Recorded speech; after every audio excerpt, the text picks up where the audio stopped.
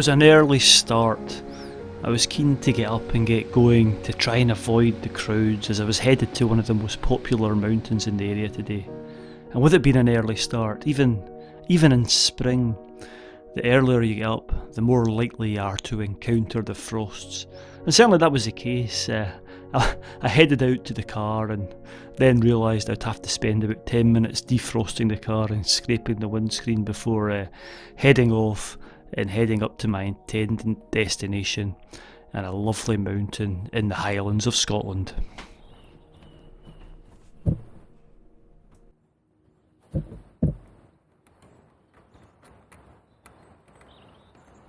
Arriving at the start point for my hike, it doesn't look too cold on this video, but I tell you, it was absolutely freezing. I was really keen to get going and hopefully reach some sunshine where I might get some warmth. And before long I was away from the car park and heading through the glen. And at the lower end of the glen there's some nice forests and a lovely river flows down this glen, which you follow all the way up to the point where you leave your bike.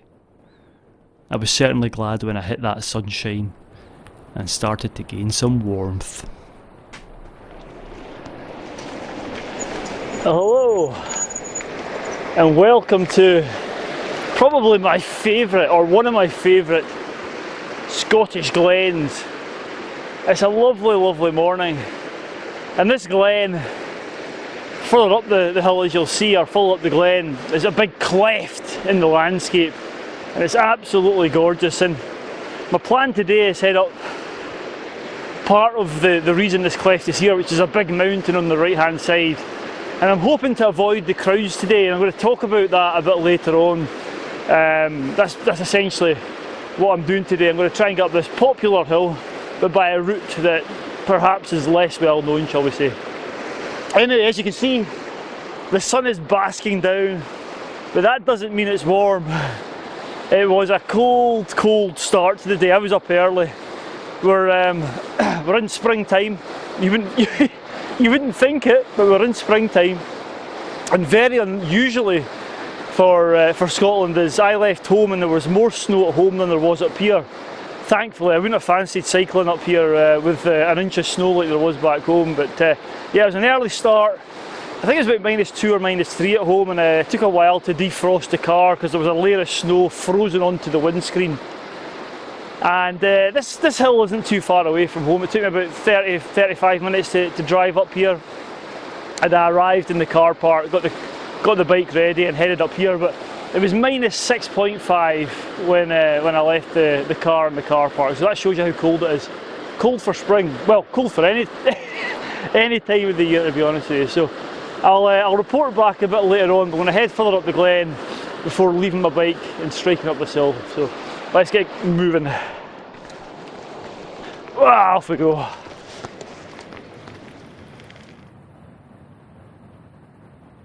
So the lovely track gave speedy access up this glen, and as I said earlier on, it's a big cleft in the landscape caused by a geological fault. And as I cycled up, I remembered reading that royalty had visited this glen, including Queen Victoria, Mary Queen of Scots, and also it's reputed that Robert the Bruce travelled through this glen as well, so I was in good company for sure. Oh. Alright, that's the cycle done, and I'm at the point where I am leaving my bike. As you can see, I'm going to leave it here, and the route I'm going up is behind me.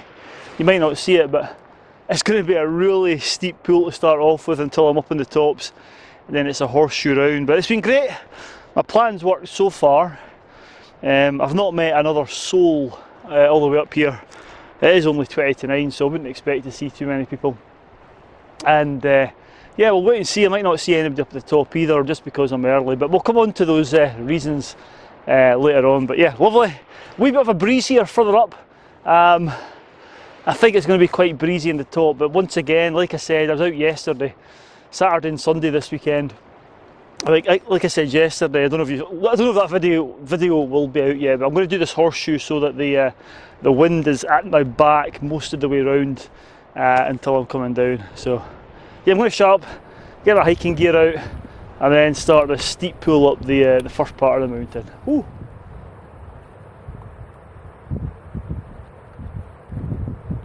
So I got all my gear that was required for the hike ready, and left the bike and set about crossing the river over to the other side of the glen where those steep slopes were awaiting. I wasn't looking forward to the next half an hour.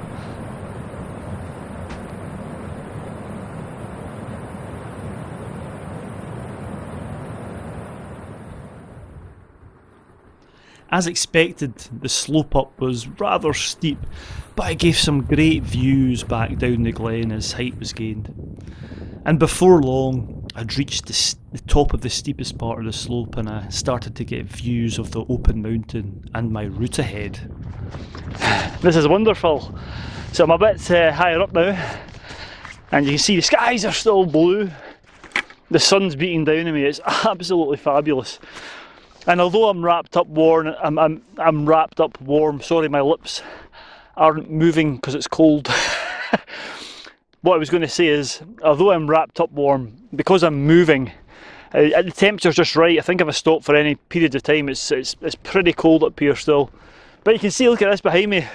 Over the back of there is the glen that I cycled up, and I'm coming up the back end of this mountain. And when I say back end, what I mean is most people would view this mountain from the other side, because that's where I think all the guidebooks suggest you do it from the other side. And I did do a bit of research online to see if I could find anything about this side of the mountain, and I wasn't expecting to find many paths. I thought it was going to be a very steep heather pool and then maybe a slight path up here, but to my delight, there's a great path which zigzagged its way up the steep part, which allowed speedy access. I think it's a stalker's path, so I'd be wary if you're coming up here in stalking season.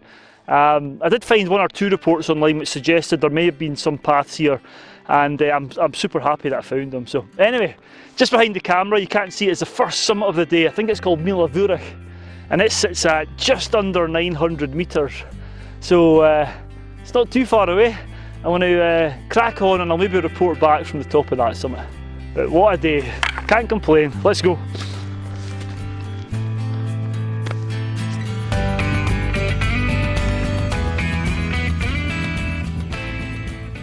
So up past Mila Vurich, which is essentially just a shoulder of the main mountain complex that was going up, and to my delight, the views were spectacular, and yeah, I hadn't met a soul. So my plan of heading up an unusual route, or a less frequented route, was paying off. I knew it was going to be busy on the tops today, but yeah, so far I hadn't met anyone. And the next peak is the highest peak in this wee complex of mountains, so I soon encountered the snow line, and you might not notice it from here, but the snow was wisping across my feet at times, and it was cold. That wind was picking up the higher up the mountain I got. I was actually looking quite forward to reaching the summit and getting some shelter behind the summit cairn. But it was absolutely beautiful. What a day it was turning out to be.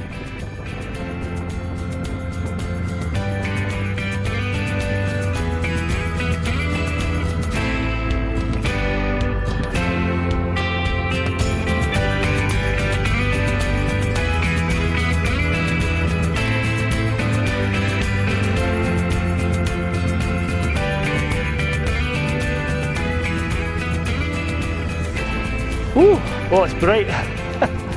Well, here I am.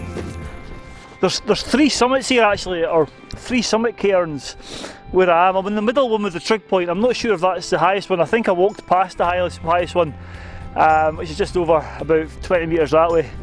I'm not sure if what their heights are. I shall check and report back in the voiceover. But yeah, I'm on this is the highest point, or the highest of three mountains, or three Munros in this range. And this one's called Carnagoar, which I think means Rocky Hill of the Goat.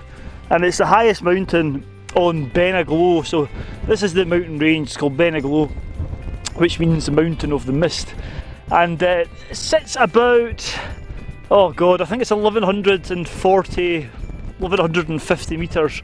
So it's pretty high, even in Scottish terms. It's quite a big mountain, and I tell you what, it's catching the wind today. That last bit's been quite windy, but as I said earlier, it's been at my back, which is great. The skies are still blue. Some of that cloud's still coming in now, so it might get cloudy on the descent. But there's another Munro over there, which I'm going to go over to now and bag that before heading back down to the glen and the bike. But so far my plans worked. I've not met another shoal. I've not even seen another shoal actually. Can't see anybody coming over, but now that I'm on the main route, this is the far away point on the main route, I might meet people coming up from the usual direction. However, I may not, and there may be another reason for that, which I'll go into maybe later on. But it's just fantastic. I can actually see over to the hills that I did just last weekend. Carnaree and Ben Lurin, Vore, and there's Glass Tulloch, and just where I camped out, that's just over there. This was the hills I was referring to when I said I could see the tilt hills. And you can see right over to Glencoe today. It's quite nice. It's very clear. So anyway, I'm going to get my goggles on because these glasses are steaming up a wee bit, and the goggles will give me better protection. But I'm kind of waffling on now, so I'll report back later on when we get to the top of the second Munro. Whew. Right, let's go. Ah.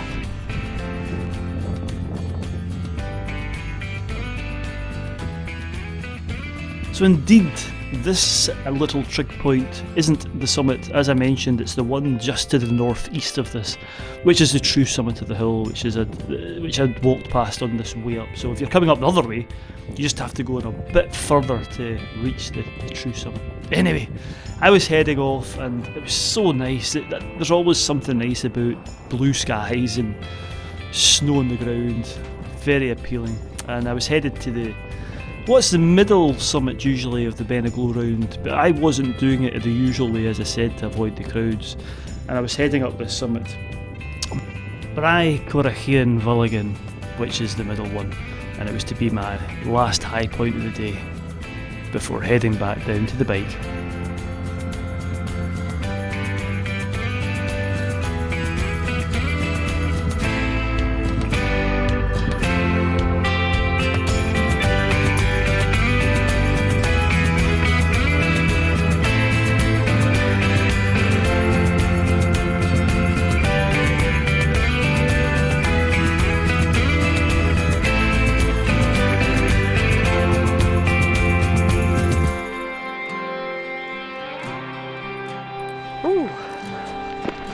Ah, it's lovely. That's me in the summit of the middle Munro of Benaglow. And if I swing around here, you'll be able to see where I've come from. That's the Carnagoa over there. It's the highest point, so it's the one with the most snow in it. I've come down. I've not gone over Ackroyd Ven there. I'm going to keep that for another day. That's been on my list of things to do, which is this one here. I'll come in from another direction for that, but it's just lovely. And I've started to meet more people now. I can see loads of folk over in Carnlea.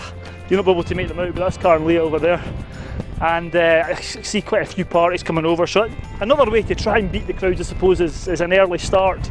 Either an early start or a late start. But the thing is with a late start is if anything goes awry, you're going to be going back in the dark. So maybe just get out of your bed a bit earlier to try and avoid the crowds. But yeah, this is just lovely. So I'm going to be leaving this summit now and leaving the main tourist path and heading north back into Glen Tilt. Glen Tilt's away down in that dip down there. So I'll be heading down here and heading back to the bike.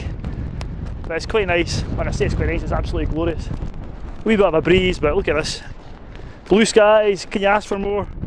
Crystal clear views. Woohoo! So I started my descent, but this was really interesting as well. These hills, complex hills like Benaglow, give numerous opportunities to explore and go up different ways. It's got no fewer than 19 different quarries on its slopes, and the legend goes that if a rifle is fired on one of the quarries, it can't be heard in any of the other ones. And I certainly didn't hear any rifle shots today, so yeah, I guess it must be true. Anyway, before long I was back down at that bridge and my bike was waiting on me, and boy was I looking forward to this downhill freewheel back to the car. Woo-wee! I'll tell you something, I'm glad to get back to the bike. I'm going to look forward to this next 14 miles, of which about 90%'s downhill. Anyway, I've really enjoyed that today. Excuse me. It almost feels like a hill I've never been up before, although I've been up Beniglow lots of times. Doing it a new way just opens up different views, different perspectives of the mountains. And it feels like a mountain I've never been up before, even though I've done it numerous times. So I can thoroughly recommend it for that reason. Not only to avoid the crowds, but I think it's quite good to explore mountains, especially ones like Beniglow, which there's numerous corries and ridges and different bits to it. I'll definitely come back and go up it another way as well. Anyway, it's quite warm down in the glen. It's that time of year, it's spring. Although it's still definitely winter up in the tops, you can drop back down to the glen in the afternoon, and if the sun's out like it is at the moment and the wind drops, it feels quite spring-like. So I'm just going to take a layer off before heading down the road and back to the car.